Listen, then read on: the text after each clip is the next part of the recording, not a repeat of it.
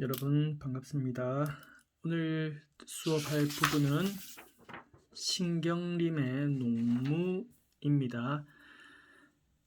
그러면은 먼저 시의 내용을 보고 거기에 대해서 하나하나 살펴보도록 하겠습니다. 농무 신경림입니다.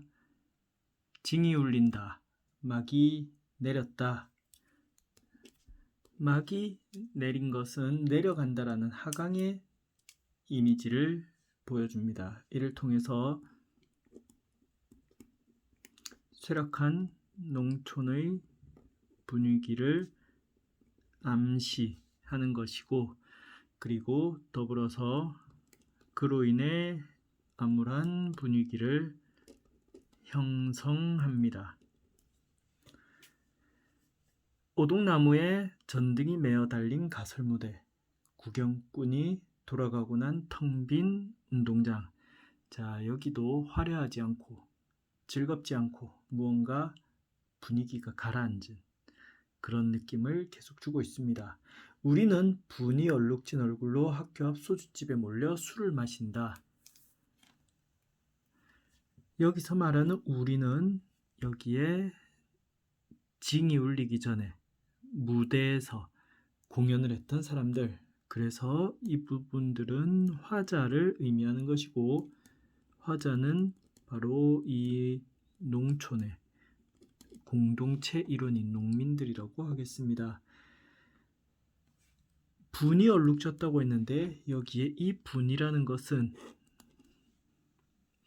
분장할 때 분일 수 있습니다. 화장할 때 분을 바른다라고 하죠. 그래서 분장이라는 의미가 있을 것이고, 그 다음 하나 더 분, 화, 분노 이런 의미로도 볼 수 있습니다. 분장 또는 분노의 중의적 표현이 이 단어에서 나타나는 것이라고 하겠습니다. 그래서 화자를 비롯한 우리 농민 공동체는 분장이 얼룩진 혹은 쇠락한 농촌에서 분노에 가득한 얼굴로 학교 앞 소주집에서 술을 마신다. 답답하고 고달프게 사는 것이 원통하다. 아주 직접적이죠. 삶이 답답하고 고달파서 원통하다라고 감정을 직접 표현하고 있습니다. 앞서 이야기한 쇠락한 농촌에서 소외된 농민들의 한과 울분을 직설적으로 표현하고 있는 부분이라고 하겠습니다. 우리가 왜 분노에 얼룩진 얼굴을 할 수밖에 없는가? 답답하고 고달프게 살아야 돼서. 왜 그런가? 농민들이, 농촌이 소외되고 있기 때문에, 그래서 쇠락하고 있기 때문에, 그래서 분위기가 암울하기 때문에 라고 하겠습니다. 꽹과리를 앞장 세워 장거리로 나서면 따라붙어 악을 쓰는 건 쪼무레기들 뿐. 처녀애들은 기름집 담백에 붙어서서 철없이 킬킬대는구나. 화자를 비롯한 우리는 고달프고 답답하게 살아서 원통하고 그러한 감정에 얼룩져서 꽹과리를 치고 농무를 하고 있는데, 그걸 보며 그저 킬킬대고만 있다라는 것은 이 아이들이 이 농민들의 마음을 이해하지 못한다는 것을 의미합니다.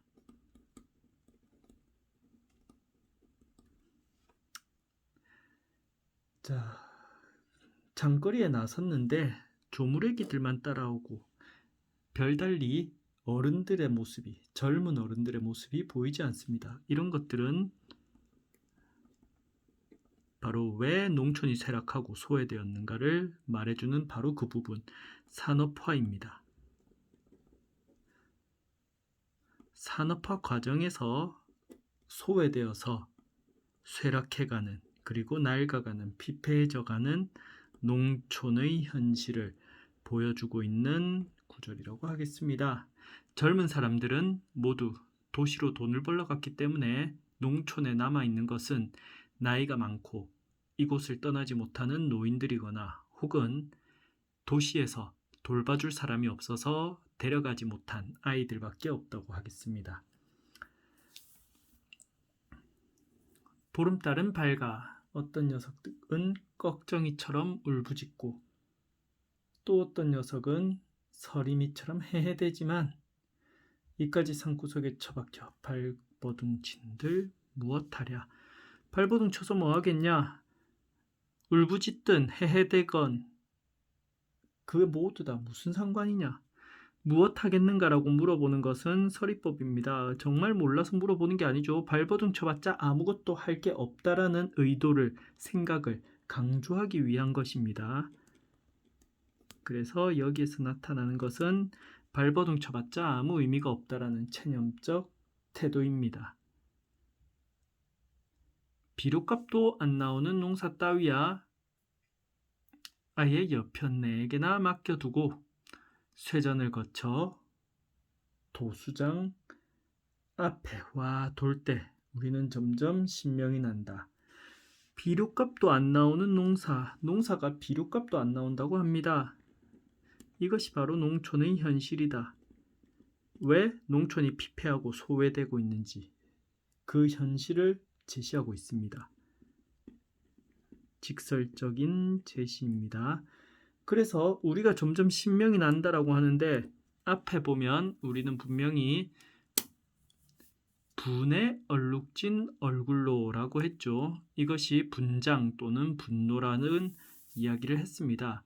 그래서 여기에 신명이 난다라는 것은 정말로 신명이 나서 신명이 난다라고 하기보다는 앞에서 이야기했던 한과 울분, 그것을 굉장히 신나는 춤과 노래로 나타내는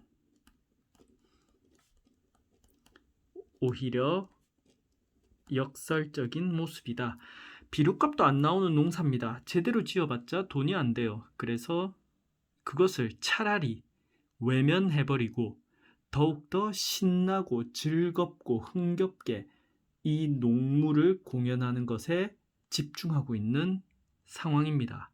그래서 자신들의 울분과 분노한 농촌이 처한 현실에 대한 울분이겠죠. 그런 것들, 분노가 오히려 즐겁고 흥이 나는 농악 공연을 통해서 분출되는 그런 상황이라고 하겠습니다. 그런 점에서 본다면 이것은 반어적 표현이라고 할 수 있겠습니다. 어떤 점에서 의미를 생각해 봤을 때는 점점 신명이 아니라 울분, 분노가 쌓여간다 라는 것으로 볼 수 있기 때문입니다. 한 다리를 들고 날라리를 불거나 고갯짓을 하고 어깨를 흔드는 것은 굉장히 흥겨운 농무의 동작입니다. 그런데 그것은 정말 흥이 나서 이런 흥을 표현하는 것이 아니라 속에 쌓인 분노와 울분 때문에 더욱더 이러한 신나는 농무에 집중할 수밖에 없는 그런 모습을 보여주는 것이다. 이렇게 설명을 하겠습니다. 그러면 이제부터는 조금 설명을 추가로 하겠습니다. 산업화 시대라고 했죠. 산업화 시대 일단 소득과 시간의 흐름 이렇게 있다고 했을 때 먼저 도시는 빨간색으로 해보겠습니다. 도시는 소득이 점점 올라갑니다. 왜? 산업화 시대에 경제가 점점 발전하면은 어떻게 되죠? 경제가 발전하면 거기에서부터 새롭게 만들어지는 가치가 늘어납니다. 그러면 늘어나는 가치를 소비하기 위해 그것을 교환할 수 있는 돈이 더 많이 생겨나게 됩니다. 돈이 많아진다는 것은 결과적으로 무엇이 생겨나느냐? 인플레이션이죠. 물가가 상승하게 됩니다. 그리고 점점 도시 노동자들은 거기에 맞춰서 임금이, 월급이 올라가게 됩니다.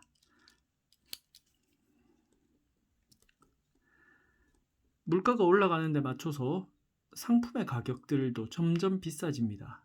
그러면 당연히 공장에서 생산하는 공업품인 비료의 가격도 점점 올라갈 수밖에 없습니다.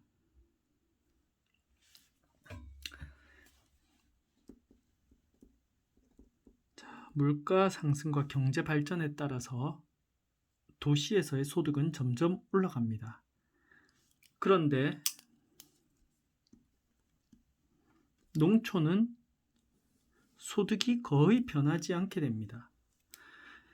산업화 시대에 도시 노동자들은 굉장히 낮은 수준의 임금을 받고 그 낮은 수준의 임금을 통해서 생산되는 상품의 가격을 낮추어서 수출을 하는 것이 산업화 시대의 주요한 외화벌이 전략이었습니다. 그렇다면은 임금을 적게 줘도 도시의 노동자들이 일을 할 수 있어야 되고, 그러려면은 어느 부분이 문제가 되느냐? 바로 먹고 사는 부분이 문제가 되는 겁니다. 먹고 사는 걸 어떻게 안정시킬 수 있을까라고 하면 그것이 바로 농산물 가격을 억제하는 겁니다. 그렇기 때문에 월급이 적어도, 월급이 빨리 오르지 않아도 먹고 살 수 있기 때문에 도시의 노동자들이 버티면서 일을 하게 되는 겁니다. 그래서 정부에서는 산업화 시대에 강력하게 농산물의 가격을 통제하는 정책을 펼칠 수밖에 없었고, 그 때문에 농촌은 아무리 도시의 소득이 증가하고 물가가 올라도 그에 걸맞는 수준의 소득 증가를 기대할 수가 없었습니다.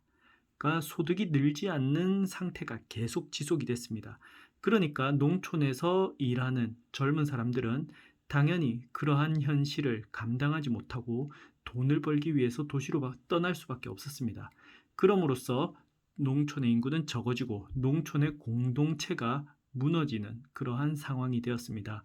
도시에는 생활 기반도 부족하고 아이들을 돌봐줄 수 있는 시설도 없었기 때문에 주로 아이들은 농촌에서 할머니, 할아버지에게 맡겨두고 젊은 부부들만 또는 젊은 남자나 여자들만 도시로 향할 수밖에 없었습니다.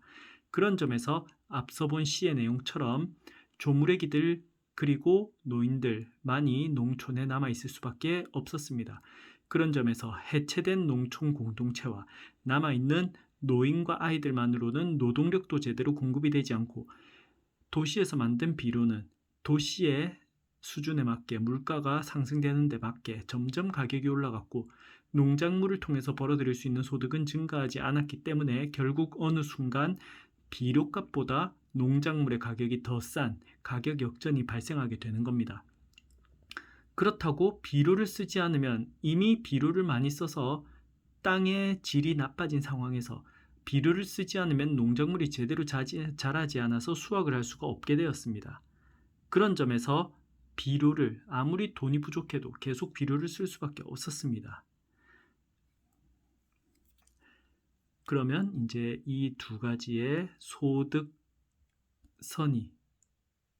왜 농촌의 공동체 해체와 쇠락한 농촌으로 갈 수밖에 없었는지를 설명해 주는 게 되었으리라고 생각합니다. 농촌은 물가 상승보다 소득 상승이 느렸기 때문에 오히려 실제적인 소득은 계속 감소하고 있는 상황이었다고 말할 수 있습니다. 그런 점에서 농촌 소외되는 데 대한 이 화자를 포함한 우리의 불만이 고조될 수밖에 없었습니다. 농촌 사회가 붕괴되고 있는 그러한 현실 속에서 농촌 소외에 대한 불만이 고조될 수밖에 없었다. 이렇게 설명을 할 수 있습니다. 그 다음은 우리 공간 이동에 따른 시상이 어떻게 전개되고 있는지에 대해서 한번 정리를 해봅시다. 맨 먼저 공간은 운동장입니다. 운동장에서는 농촌의 현실, 소외되고 쇠락한 농촌의 현실에 대한 제시가 있었다. 그리고 소주집으로 옮겨가서 거기에서는 우리가 느끼는 울분과 비애, 분노 이런 것들이 제시가 되었습니다. 다음 장거리에 나가서는 어쩌겠느냐? 체념입니다. 그리고 쇠전을 거쳐 도수장에 왔을 때 우리는 신명이 난다. 가슴속에 농촌 사회 현실에 대한 울분과 분노가 쌓여 있는데 그것을 한풀이를 해낸다. 또는 이것이 반어적인 표현이라고 봤을 때는 여기에서부터 분노가 더욱 고조된 것으로도 볼 수 있겠습니다. 이렇게 공간이 이동하는데 운동장부터 장거리까지는 산업화 과정이라는 배경에서 소외되고 비폐해진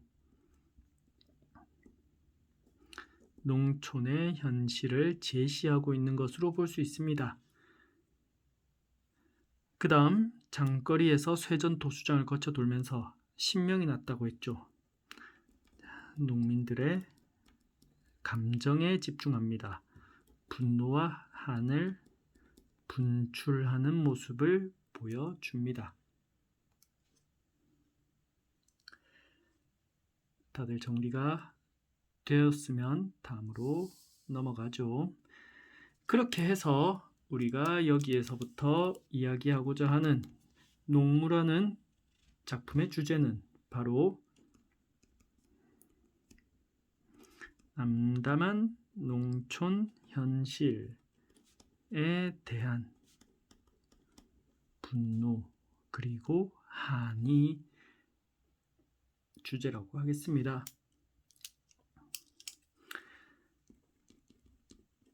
이 작품에서 나타나는 특징으로는 먼저 공간의 이동, 거기에 따른 시상 전개가 있고, 그 다음 직설적인 표현을 통한 화자의 생각을 표현하고 있습니다. 세 번째로 역설적인 상황 설정을 통해 심리를 표출한다. 울분과 한이 쌓이는데 그것을 신명으로 표현할 수밖에 없는 그런 역설적 상황을 통해서 더욱더 분노와 울분 이런 감정을 표출하고 있는 것으로 볼 수 있겠습니다.